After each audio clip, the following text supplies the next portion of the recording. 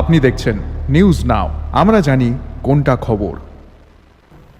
Ration ডিলারদের একটি প্ল্যাটফর্মে আসার জন্য আহ্বান জানালেন খাদ্য ও সংভরণ দপ্তরের মন্ত্রী সুশান্ত চৌধুরী। রবিবার ত্রিপুরা ন্যায্য মূল্য পরিচালক সদর এএমসি কমিটির ৮ম ত্রিবার্ষিক সম্মেলন উপলক্ষে আয়োজিত অনুষ্ঠানে এই আহ্বান রেখেছেন খাদ্যমন্ত্রী সুশান্ত চৌধুরী।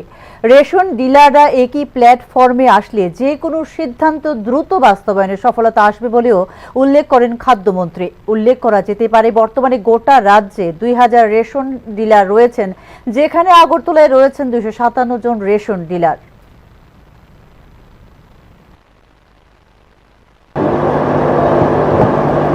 সারা রাজ্যে প্রায় ২০০০-এর উপর রেশন ডিলার রয়েছে, রেশন শপ রয়েছে। প্রতিনিয়ত সেটা বাড়ছে, কমছে না।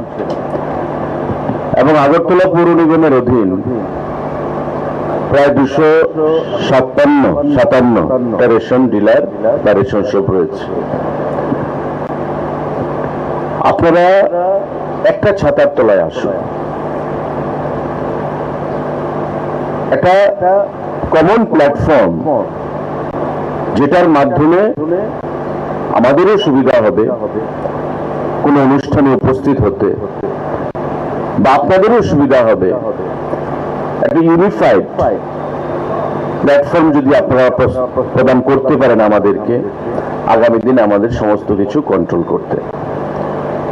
আলোচনা হয়েছে, তারপর প্রস্তাব গেছে যে আমরা একটা মোটামুটি সিদ্ধান্ত নিয়েছি যে আগামী ১১ তারিখ আমাদের পৌরসভার অধীন যে কমিটি সেটা ঘোষণা করা হবে এবং রক্তদানের মাধ্যমে আমাদের এই অনুষ্ঠানের সূচনা আমরা করব, সেটা ৭ তারিখে।